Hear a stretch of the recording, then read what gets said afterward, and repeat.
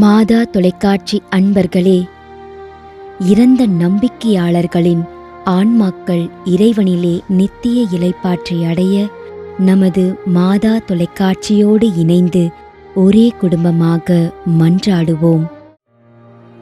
அருட்தந்தை L. Philip Mariyanathan, Nellore மறைமாவட்டம், 3ஆம் ஆண்டு நினைவஞ்சலி.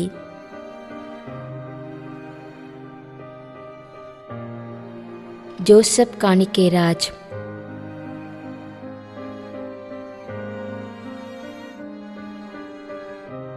ஆனந்தம்மா, 1ஆம் ஆண்டு நினைவஞ்சலி.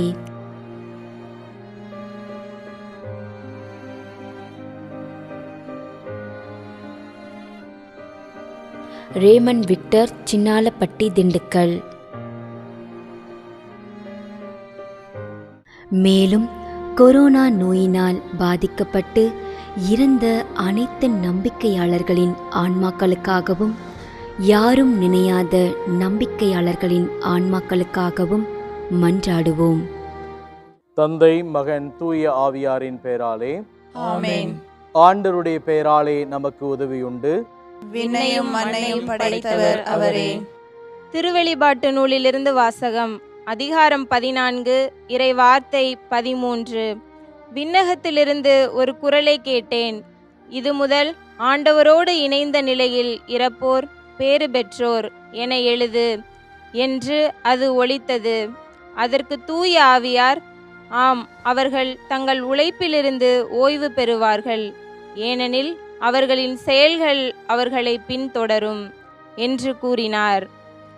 ஆண்டவரின் அருள்வாக்கு. இறைவனுக்கு நன்றி.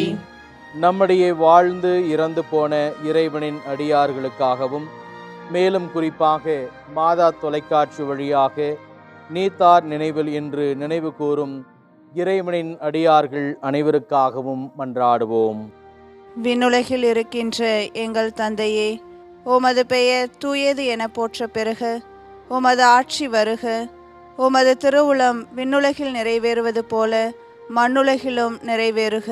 எங்கள் அன்றாட உணவை என்று எங்களுக்கு தாரும்.